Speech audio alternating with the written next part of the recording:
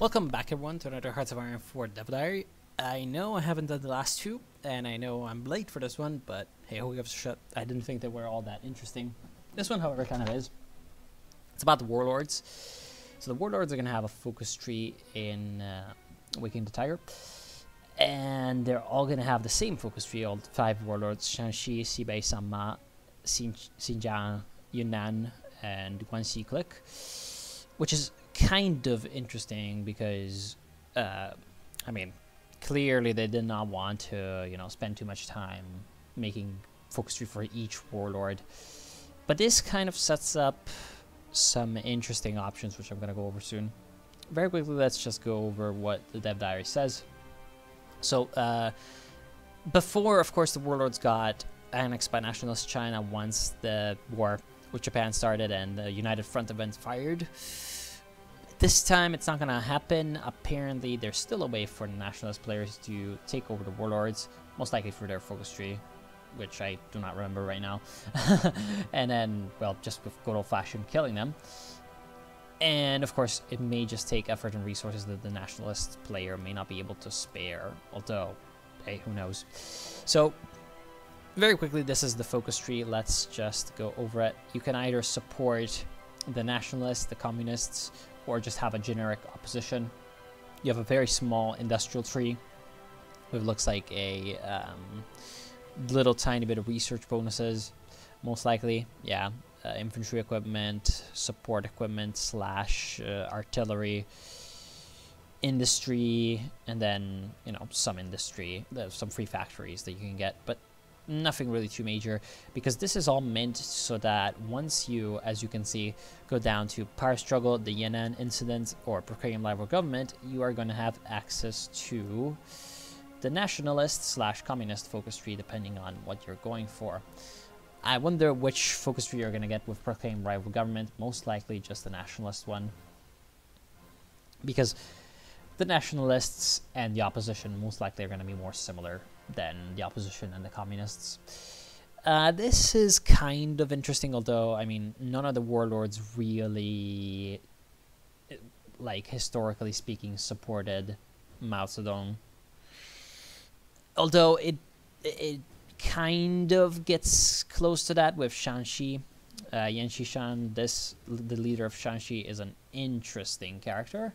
Might do a more extended video about him, but essentially he was one of the warlords that actually had an ideology of his own and tried to promote it, which was more friendly to cooperation with the communists in kind of an anti-Japanese fashion than than what perhaps the nationalists would have liked. And in the end, of course, he is one of the first that actually starts negotiations with the communists to actually form the Second United Front, which results in the end in the Yan'an incident and the formation of the Second United Front. But of course, he never actually joins the communists, quote unquote. Whereas here with the warlords, you can join the Chinese Soviet, which, as we see later, has some repercussions. So of course, once you go ahead and get the tree for Nationalist China and Communist China, then it's just that tree. So then you become, in a way, you become China. So it's a way of, I guess, climbing the ladder, as you can say. So for gameplay purposes, I think that would be very good, because it kind of gives a sense of progression, and that would be pretty nice. I like it. Then basically you go about how you actually gain power. Well, there's this power struggle mechanic that is similar to what the communists have. I believe the communists would have to go the social democracy path, which gives a coalition government with the nationalists. And eventually, as you can see, this power struggle mechanic appears where everybody tries to build up support in one state or another to cost the political power to try to take over the government as a whole. I'm not 100% sure I like this system. It doesn't seem to be very interactive at all. But hey, this kind of mechanic that they're doing with the decisions, overall, I like very much. It's just this particular power struggle one that I don't really like. What I prefer very much is this one that's coming down. Actually, no, we're going to take a look at that later. And yeah, then eventually, if you win, then you just take over. As you can see, though, for some reason, like for example, this guy's playing as the Guanxi clique, but for some reason, once he takes over China, he just annexes Nationalist China, and instead of becoming Nationalist China, which would make the most sense, he just stays the Guanxi clique. So that's very weird, honestly. Although it kind of does make sense with the... Like you could say it makes sense because of, like, I don't know, the Anhui clique, what they did, and the Beiyang government. I mean, it kind of makes sense from a certain perspective, but overall, I just feel like the clique becoming Nationalist China and then having the name Nationalist China or having the name Communist China would make a lot more sense, because if you're thinking about it, if you're taking over the government, you're not a clique anymore, you are not a faction within a country, you are then the country. I don't know, that's just kind of my autism. So I don't really particularly like that aspect. Also, I wonder if you're going to get cores on Nationalist China. Are you? I don't know. Who knows? Because the warlords themselves were relying partially on the regionalism to kind of keep their control, because they played on regional sentiments within a province, the aspirations for independence of middle classes, etc., and also, of course, the generic rivalry between regions that can kind of exist in a in a state. So those little tiny warlord states were really kind of regional states rather than pan-Chinese states. I guess you could say that pan-Chinese states would be the communists and the nationalists. As much as that does not make all that much sense, I'm just coming up with it as we go. Historically, it's, yeah, like the warlords had a very localized power base. So once you make the jump to take over the government, it would make sense that you adopt just the regular flag, and you just say that you're China instead of, oh hey, we are Guanxi. Guanxi is a very tiny province, down, well, not very tiny, but yeah, it's a southwestern province in China. Same with Yunnan, southwest. Same with Shanxi, it's actually a province. All of these are actually provinces, except Xibei Sanma, but Xibei itself means northwest. So all of these warlords, all of the 5 warlords have a regional power base, and they're trying to expand that. Anyway, joining the communists is similar, but it's different, because in the end game is you're trying to get the Soviets to mediate between you and Mao for the leadership of the Communist Party of China, because at that point the Communist Party of China was still very much influenced by the Comintern, which in Hearts of Iron IV it's just represented as a military alliance, but in real life it was actually the Communist International, so an organization that was supposed to coordinate the action of all the communist parties around the globe. So of course the Comintern could come in and mediate, and it did so very often in the history of the CPC, or whatever, Communist Party of China or Chinese Communist Party. It's always kind of weird. It did very often mediate for leadership, and it also sometimes had some influence over the KMT as well. So it's kind of important what the Soviets are thinking of your leadership if you're supposed to be, having a struggle between your little Communist Party faction and the Maoists. So in the end, you're going to have to pay up to Stalin. And the last option of starting out on your own is the most difficult. You can, of course, try to side with the Japanese up here, which is kind of what the Fengtian clique did. Of course, the Fengtian clique does not exist anymore at about this period. The Fengtian clique was kind of wiped out in the Northern Expedition. But, of course, the Japanese support should have, consequences. Like, for example, oh, look, now Japan puppets you, or something like that. I don't know. Who knows?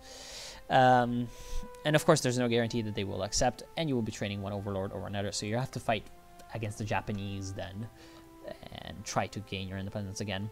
What's more interesting is this border clashes mechanic, which is similar to what there used to be with Communist China and Nationalist China, except now it's a lot more interactive, because it used to be, oh, just you put troops into one area, there's like a little, you know, little squiggly line that there's a border conflict in a state, and it's just happening with random events, so you don't even have a control over whether it's happening, and then there's a chance that you win, there's a chance that you lose, blah, blah, blah. With this, however, you can, as you can see, you can start it by yourself at the cost of political power, and then once you stage an incident and you know, escalate the border conflict, it goes into the screen where you have your division squaring it off against the enemy, and there's a limit to how many divisions you can place into the conflict region. And if, you know, at some point the conflict hasn't been resolved yet, then it continues to escalate eventually into a full war.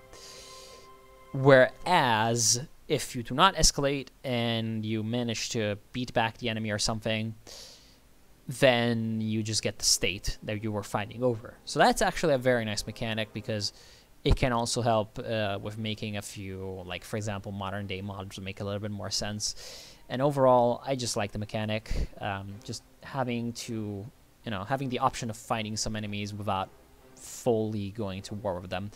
What would be interesting is whether this kind of mechanic can be applied to other countries and not just China. So that you can, for example, simulate some of the border conflicts in Eastern Europe in the 30s. For example, the Hungary-Slovakia War, or, you know, the Polish occupation of Teschen, blah, blah, blah, blah, blah. This could also kind of go in and be very, very good if you, for example, were to make an interwar mod that was trying to simulate how what was going on in Europe from 1918 to the 1930s. That would be very nice, because there were a lot of these tiny wars over little pieces of land that were contested that didn't really result in, of course, a total war breaking out. Some mods are trying to simulate that kind of happening with, like, peace events, for example, Kaiserreich, but there's never anything really stopping you from going all out and just taking it all. Whereas this, of course, you have the limit of a certain amount of divisions at the front line, which is stopping you from escalating it too far. And of course, what this is meant for is for Warlords to try to gobble up Nationalist China, rather than, or, well, maybe even the Communists trying to gobble up Nationalist China, rather than the Warlords gobbling each other up, which is what this example is showing right here. I feel like the Warlords are just going to be able to justify on each other and kill each other pretty easily.